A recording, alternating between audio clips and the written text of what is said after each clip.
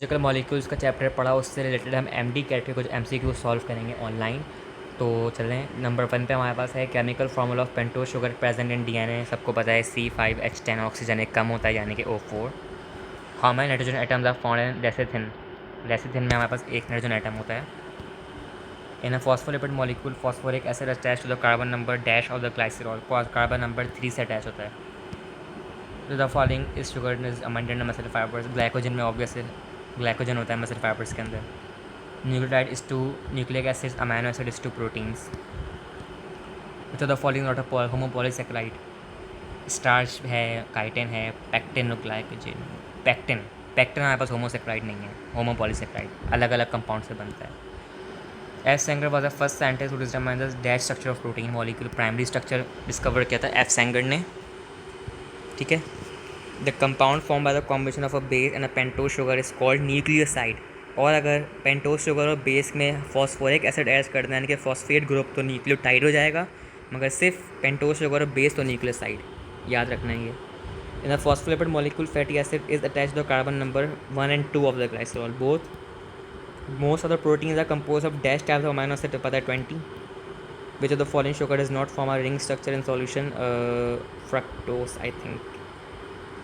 Which of the following sugar does not form a ring structure in a solution.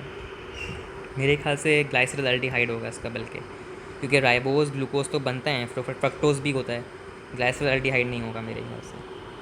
Pick up the example of dinucleotide. Nicotine diamine adenine, nicotine diamine dinucleotide NAD, which when fructose form ring structure it is 5 concern. सही है, 5 concern होता है, बिल्कुल सही है। वैसे तो open chair में तो 6 ही होते हैं, मगर वैसे 5 कंसर्न होता है। या which level of protein structure is responsible for maintenance of helix shape of an enzyme. Secondary alpha helix, spiral, zigzag.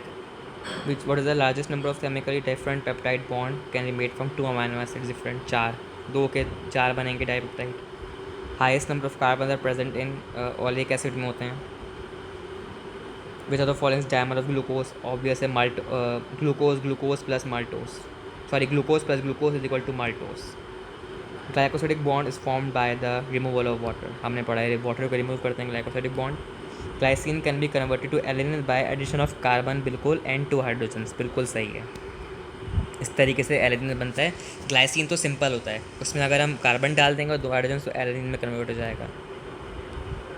Pick up the wrong statement from the following. Oils are lighter than water, सही है। Animal fats are solid at room temperature, बिल्कुल सही है। Fats का मतलब ही solid है।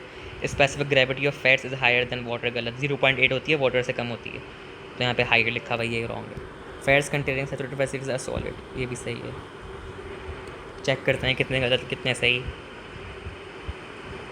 माशाल्लाह सारे सही हैं, तो कोई प्रॉब्लम नहीं है इसमें हमारे पास। तो इंशाल्लाह हम नेक्स्ट चैप्टर में बढ़ेंगे आगे।